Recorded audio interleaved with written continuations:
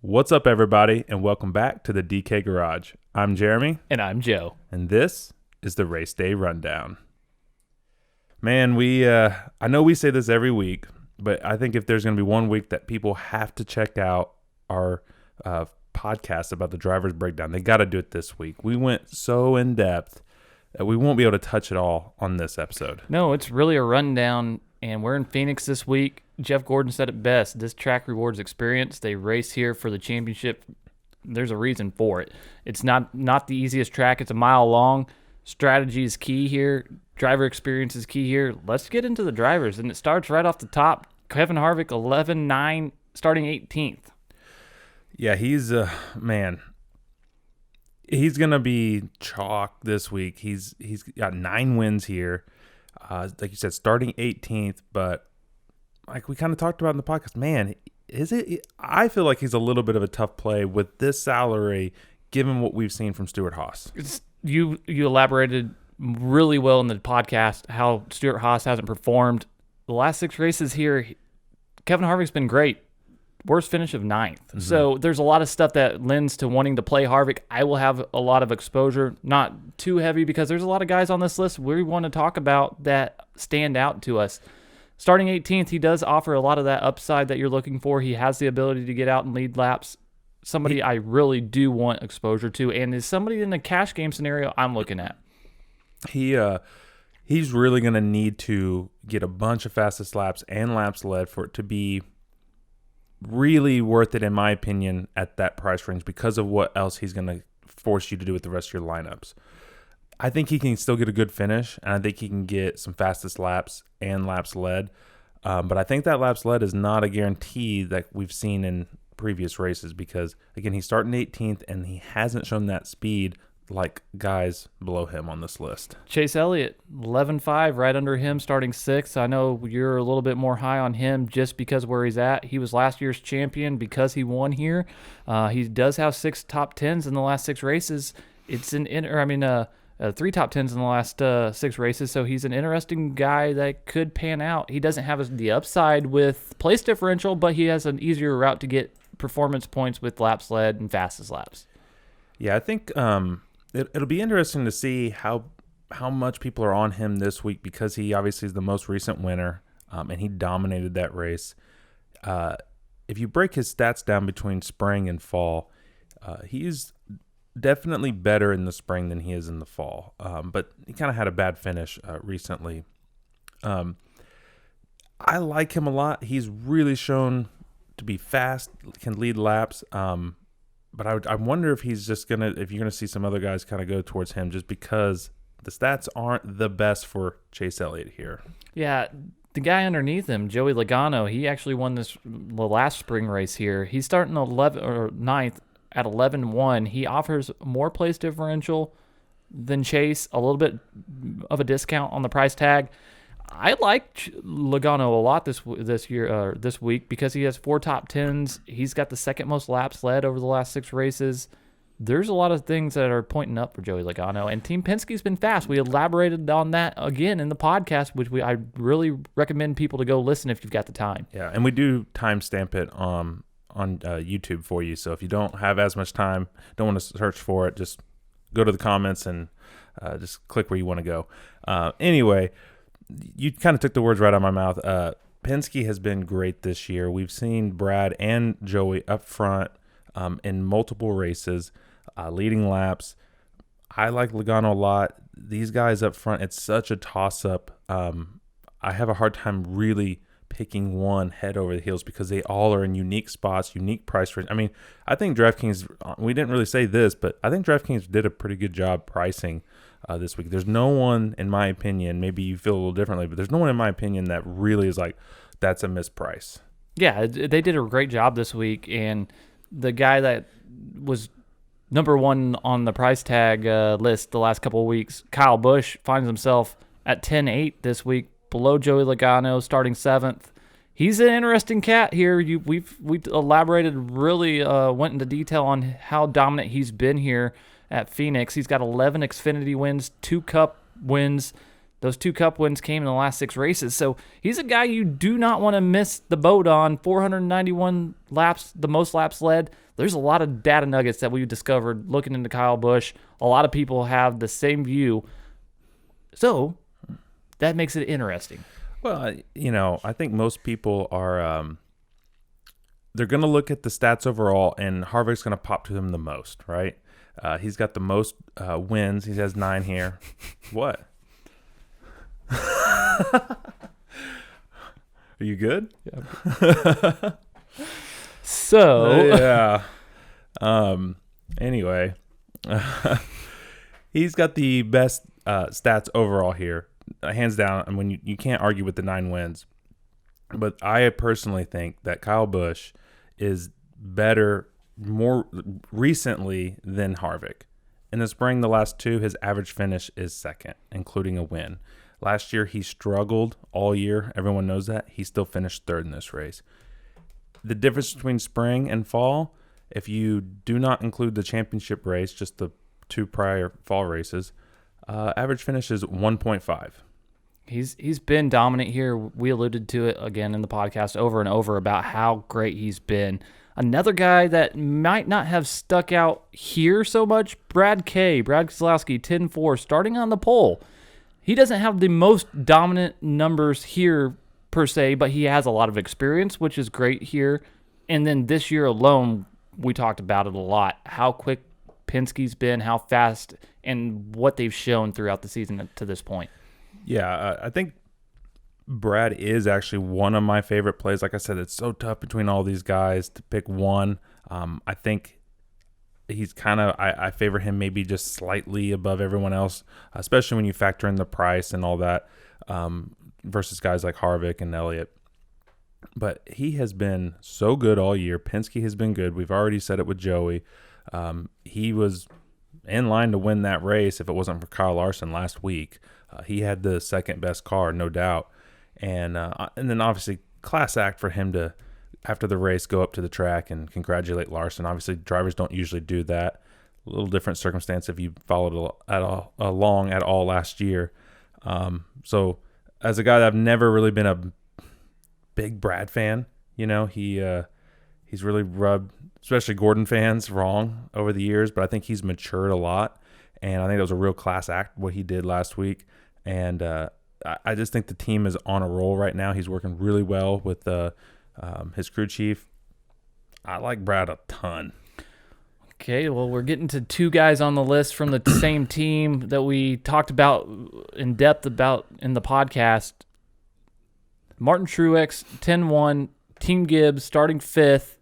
Really haven't shown a ton of speed this year. He doesn't have a ton of track history that just pops off the chart at us. So somebody I'm not really excited about playing, but I don't want to miss the boat on, and will be sprinkled throughout in GPPs. What are your thoughts there? Yeah, I think he seems to be a little stronger in the fall versus the spring. And the same is true for the next guy, Hamlin, as well. So I don't know if it's just kind of a Joe Gibbs racing, but obviously it doesn't matter too much with Kyle Busch. So those guys, for whatever reason, seem to run a little bit better in the fall. But I think you got to have some Truex this week. I won't be heavy, but like you said, I don't want to miss the boat on him because he does have that type of capability to get out front, lead laps, and make you sorry that you full faded him. Denny Hamlin, his teammate, starting at 3rd place at 9,900. Interesting position because he is up there where he can get some potential performance points in leading laps and fastest laps, but we just haven't seen the speed that we're accustomed to Denny Hamlin to having. He's been out front a little bit, but not to the extent that we're used to seeing. So a little bit more challenging to play, but he has that upside where he can get out front early, lead laps, and has the route to value. Yeah, Hamlin's is in a tough spot for me this week. But like you said, you can't just ignore him. It's Hamlin. He's going to have these races where he pops. He hasn't done it yet this year. He's done it at this track, but it does seem to be more in the fall. I will have him. I will find ways to at least build a couple lineups with him because, like you said, he has that capability. But he will be on the lower ownership side because at that price range and starting spot, there's not much difference between him and Kyle Larson right below him, 9,600 starting second. And Larson has been so fast in every race, super speedway up front. He was on a major tear in the road course.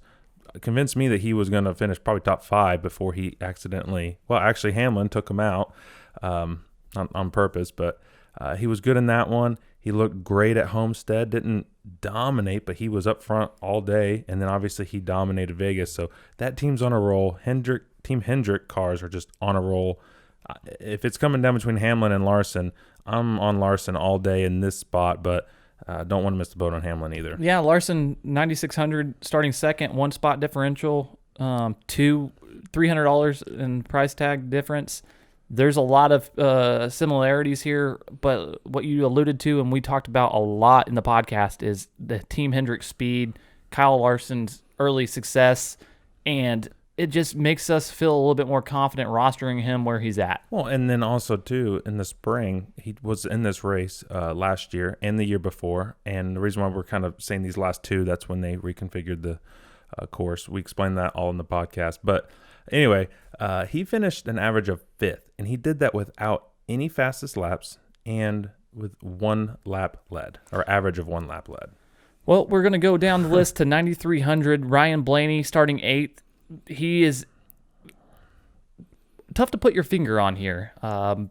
Starting in the 8th, he offers a little bit of place differential. He's been the slowest, it seems, out of the Penske group. Hasn't had the greatest performance until the last week, really. So there's a lot of things that kind of make you tap the brakes, but it's 9,300. He's somebody that could pay off that value tag. I think he's a sneaky play. I do want to have him in some of my lineups, especially in tournaments. maybe a nice little pivot off some of these other guys. If you want to go cash, I mean, you might even be able to fit a Logano, Brad, and Blaney stack. I don't know. But overall, just 8. He has good history here. You said it. Finished 3rd. What was it last year? I don't know what to make of Blaney this year. I was high on him to start, kind of let me down, had a good race last week. I don't know. I think to really feel comfortable, I need to see a little bit more, but you cannot ignore his equipment or his talent. Those guys really sum up the top of the tier that we're looking at, and then we kind of get down into some of the middle tier guys, starting with Aric Almirola at 9,000. 32nd is where he's starting. He's going to most likely be chalked just because where he's starting. He's got some really decent numbers here if you look at it. But somebody we're not really too high on, and we're cautioning people. We're not saying fully fade. I mean, I think it's unlikely he has a repeat of what happened last week where he was in I think he was 9,000 as well and 2 spots higher up. And he finished last. Killed most of my lineups. Didn't help any of yours and anybody who rostered him. I mean, it was not a good look, a good play at all. So it's tough to want to go back to the well, but that is still nice PD upside for a guy who's finished an average of 6th, including 1 top 5 on the last 2 spring races here. And you see that and you're like, okay, that's good, but we talked about it a lot. I haven't seen the speed in Stewart-Haas equipment yet. Harvick, their best guy, has not been that impressive. Almirola has not been impressive at all. Cole Custer's looked good a couple races, but he hasn't had those finishes. It's surprising. He doesn't have to do great to pay off that price tag, but there's other guys that I'd rather play below him that allows me to maybe get 1 extra guy above him. Yeah, Alex Bowman's the next on the list, 8,700, starting 21st. He actually has horrible numbers. Nothing that sticks out whenever you're looking at the data here at Phoenix. But somebody that we've seen this year with Team Hendrick that's had speed, and we talked about it a lot in the podcast, that we might be a little bit more higher on Bowman than we thought we would be. Yeah, I think if you're just breaking down track data, track history, Bowman doesn't really look good. You have to go back to his first race here, filling in for Dale Earnhardt Jr., where he got a top 10. Average of 24.5 in the last 2 spring races. So nothing impressive there. That's actually worse than where he's starting from. But Hendrick's been on a roll. and he's looked good in a lot of races. Not great. I'd say he's probably obviously the fourth best Hendrick car right now. But that 48's look good, and I think the team, they're going to have some success, and I think this is a great spot to play him, but I'm not going to go overboard on him. It would be more of a GPP scenario for me to play him comfortably. Matty D starting 20th, one spot below him, 8,500, an interesting spot. He's got the upside just like Bowman, doesn't have a ton of solid numbers here, but it's been a hell of a year and a horrible start for Matty D. You know he's looking for a way to get some confidence built up rolling into the rest of the season. Yeah, I really think because they're in such a hole this year so far with the point standings, they're getting close to being on the edge where they're in a must-win to even make the playoffs. And they made the playoffs comfortably last year with points. So they need to have some really good finishes here. Or not here, but this season moving forward. So I think a good top 15, 13th, 12th, I think they may be shooting for that and just try to get a string of those, maybe get a couple top 10s in there. I don't see him hitting that top 5, but you never know with him. Moving on down the list to William Byron, 8,300, starting 10th. Guy that we talked about a lot throughout the season and how he's quickly progressed to be in the conversation, it seems like every week. He's got 3 top 10s here. He's got an Xfinity win here. He's somebody that you don't want to completely fade. Starting 10th, he could reach value if he finishes in the top 10. And I think he's in a position where maybe he gets a little overlooked. Just because there's guys above him that have better PD upside and aren't that much more. And there's some guys below him that also have some better PD upside. So maybe we can get him a little lower ownership than he should go for because he's just been fantastic this year. And he doesn't, where he's at, he just needs a decent finish, maybe some fastest laps and not even that many laps led, and he'll pay off that price tag. Yeah, he's a sneaky value play that could pay off just because of where he's starting and salary, and then his experience could be just enough to where it really is the difference maker. Christopher Bell, 8,100, starting 4th. He lacks the experience that seems to be key, but he definitely doesn't lack talent. So starting 4th, it's a very tough spot for him. I'm going to not have very much exposure, but I do not want to miss him if he is able to have a solid day. Yeah, it's hard to say exactly where I'll end up with Christopher Bell because in my opinion, it is a tough spot. You'd like to get some PD upside out of him, but we know that he has the ability to get out front and lead laps.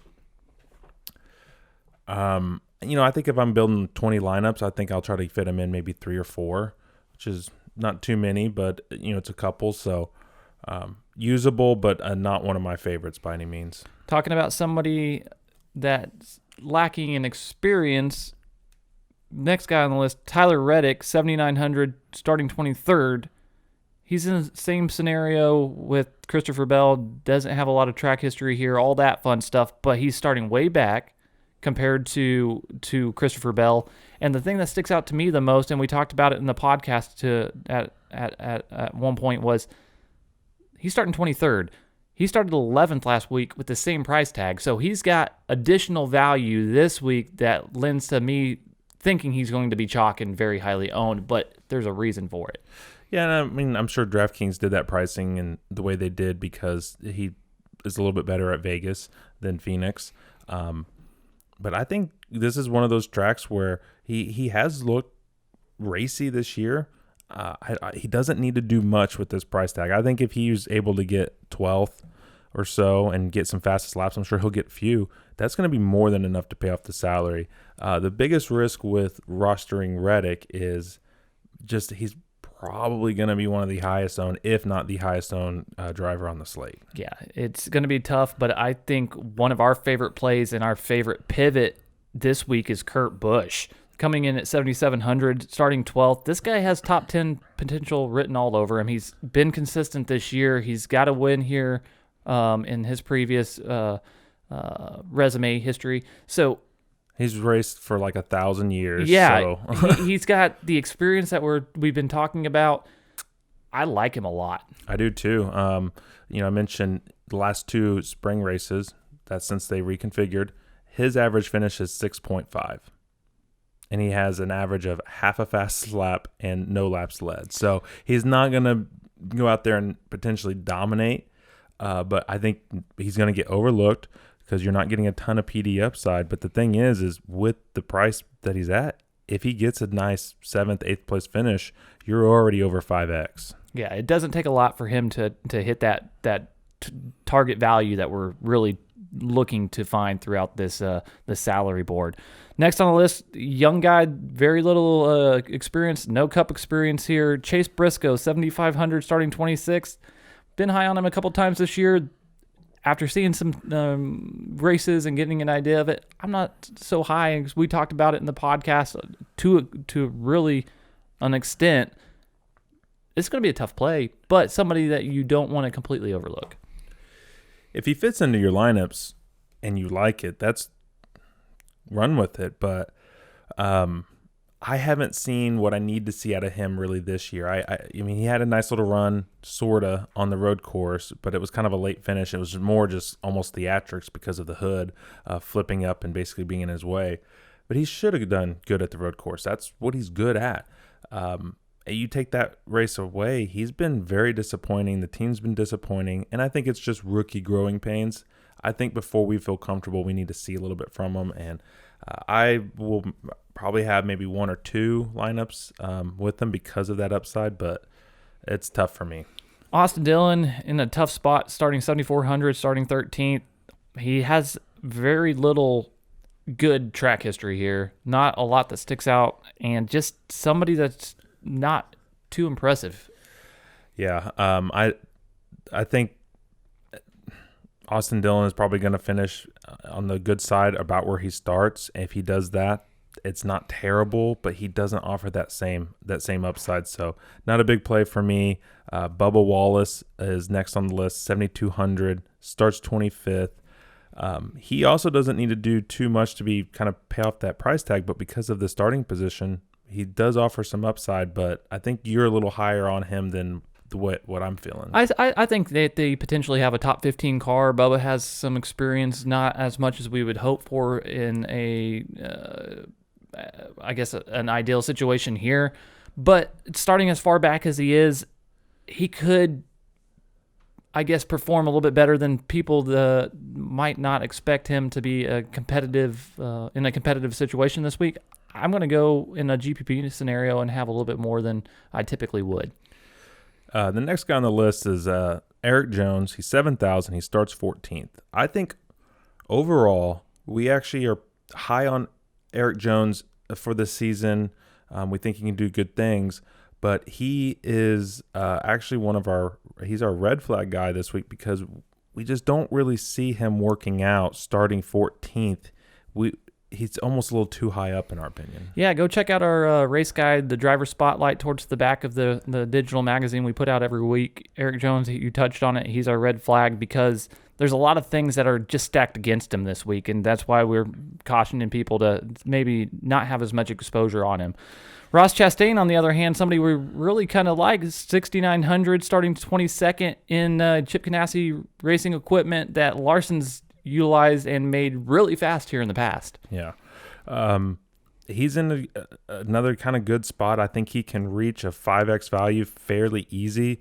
The biggest thing going against him is the lack of experience, but he's got a little bit more than somebody, like a Chase Briscoe or even Tyler Reddick because he's been here in worse equipment. So he could really pop, but not a guy that I'm overly excited to play.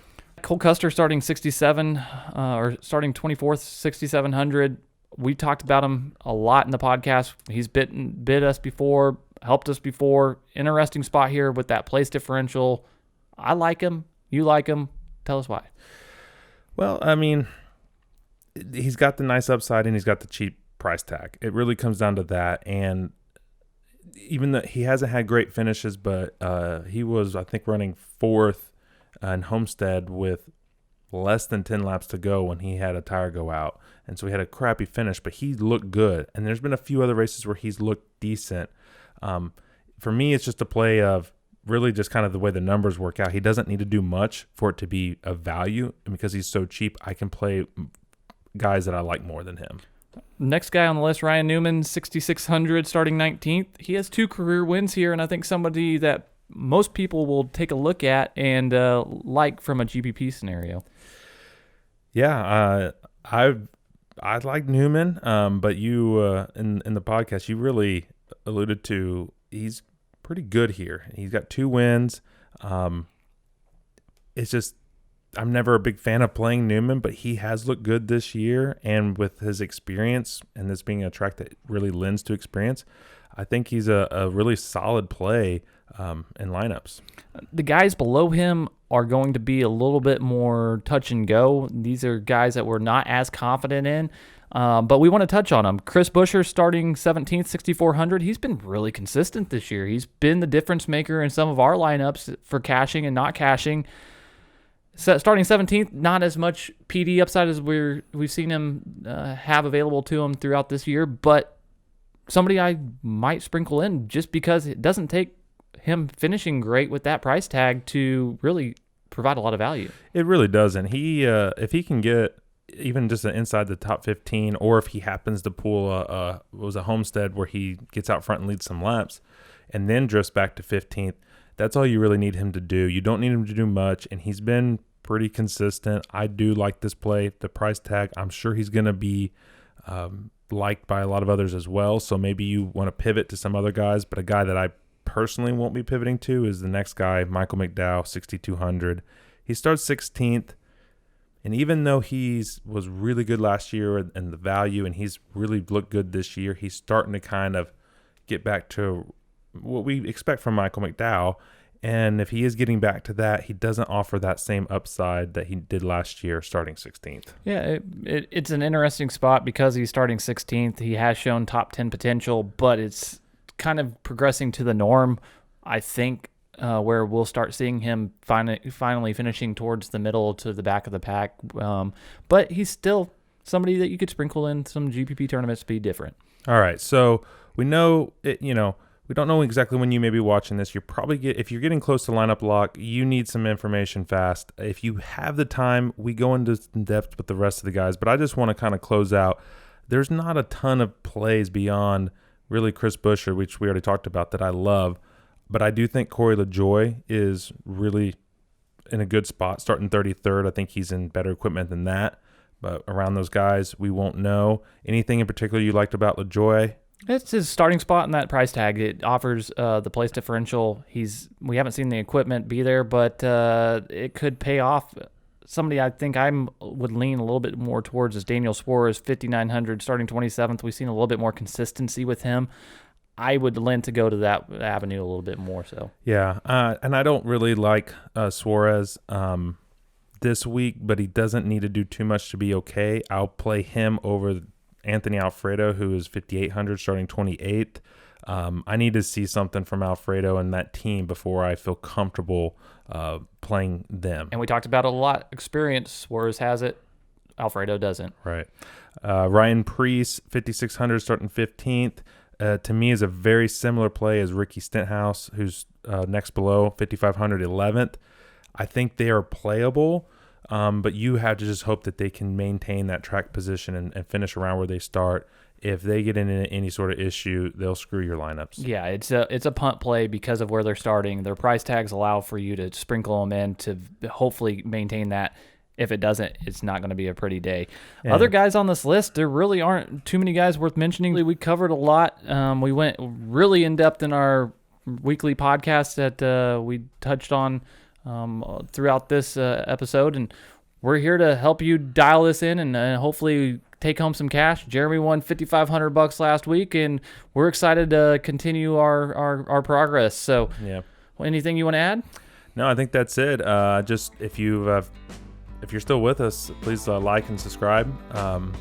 Drop us a comment too if you got any questions. If you got time before lock, we'll be monitoring. But no, I really don't have anything else to say about this. We both said plenty in the podcast, so like I said, we'll link it. Check it out if you got time. But other than that, good luck to your lineups. Good luck to you. Be sure to, like I said, like, subscribe, and if you are listening on any podcast, follow us there too.